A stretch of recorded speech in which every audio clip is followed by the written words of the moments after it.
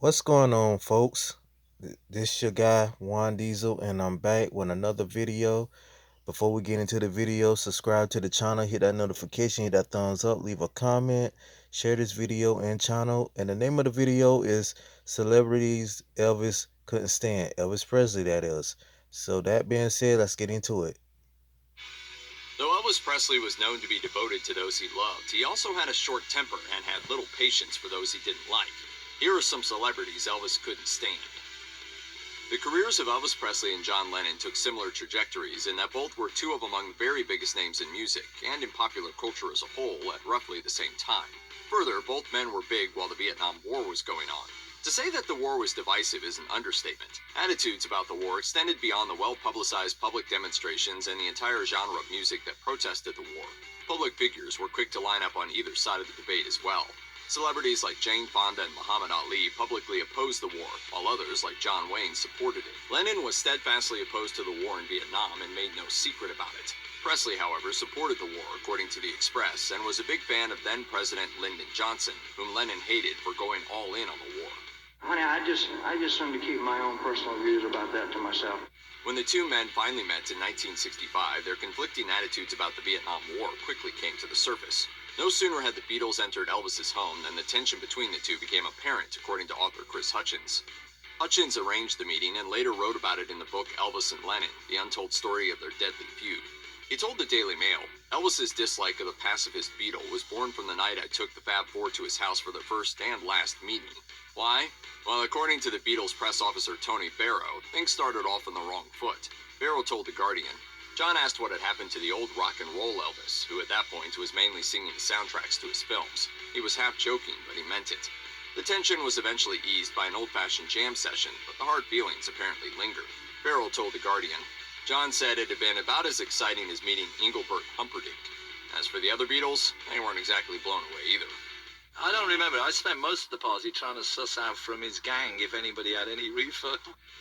Elvis wasn't prepared to just stew about John Lennon, the Beatles' anti-Vietnam War stance, and the personal slight Elvis had suffered in his own home. He wanted Lennon gone, as in out of the USA. What's more, he actually went to none other than the President of the United States to get action. That's because Presley wasn't the only person keen to have Lennon silenced. The US government wasn't exactly thrilled with Lennon's anti-war sentiments either.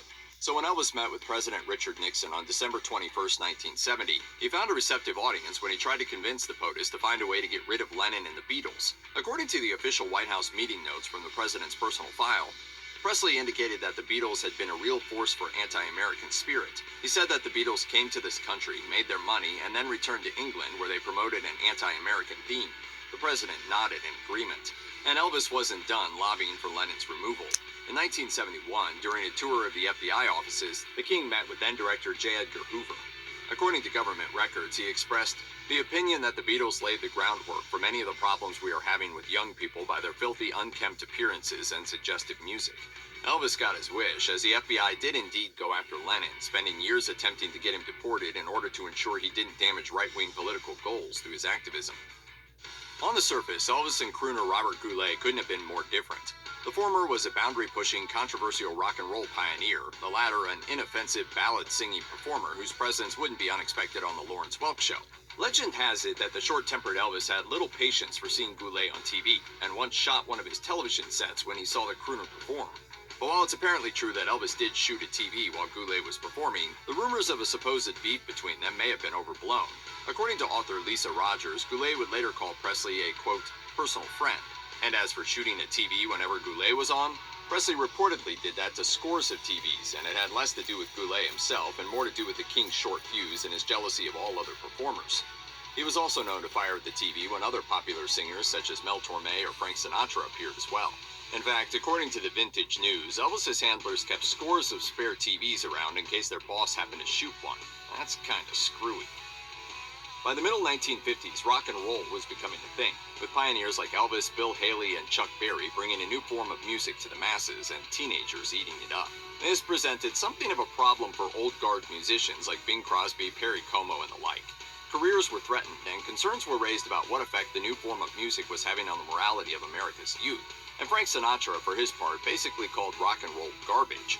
According to The Express, in 1957, he said of rock and roll, "It fosters almost totally negative and destructive reactions in young people. It smells phony and false. It is sung, played, and written for the most part by cretinous goons."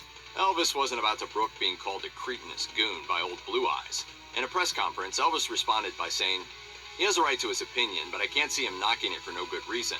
I admire him as a performer and an actor, but I think he's badly mistaken about this. If I remember correctly, he was also part of a trend. I don't see how he can call the youth of today immoral and delinquent." The two seem to have buried the hatchet eventually, at least professionally. In 1960, after Elvis completed his time in the U.S. Army, Sinatra hosted a TV special called Welcome Home Elvis. No word whether anyone shot the TV. Check out one of our newest videos right here. Plus, even more grunge videos about your favorite stars of yesteryear are coming soon. Subscribe to our YouTube channel and hit the bell so you don't miss a single one.